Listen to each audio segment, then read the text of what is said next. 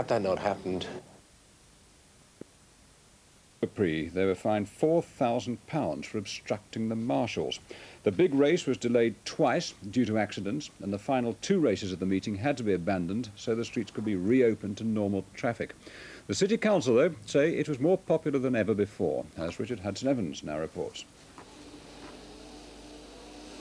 Only the fastest 26 drivers from Sunday's qualifying sessions could start yesterday's big race. These Formula 3000 cars equally matched, much more so than the Formula 1 cars in Grand Prix racing.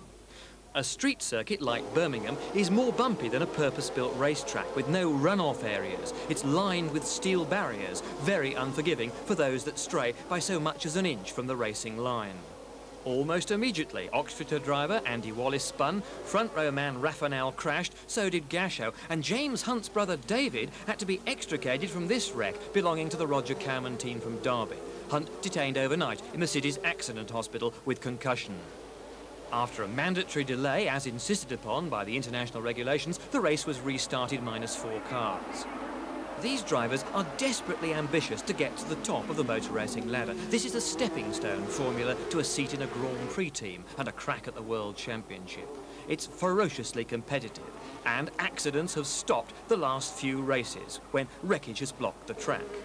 Russell Spence spins across the track, one of the narrowest parts of the circuit. He won't leave his Magic team's Reynard, and the marshals descend upon him with a crane.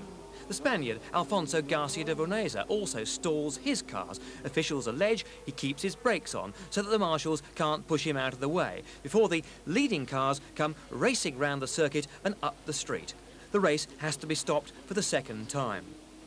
For their part in this bizarre incident, Spence and de Boneza are fined around £1,700 each, and Spence is fined a further £278 for verbally abusing the crane driver. When the race can eventually get underway again, the Brazilian Roberto Marino, with 3 wins in stock already this year and a Ferrari Grand Prix team test driving contract in his pocket, wins. With the delays, the council had to reopen the roads at 6. This meant cancelling 2 races, disappointing sponsors and many drivers who didn't get to race.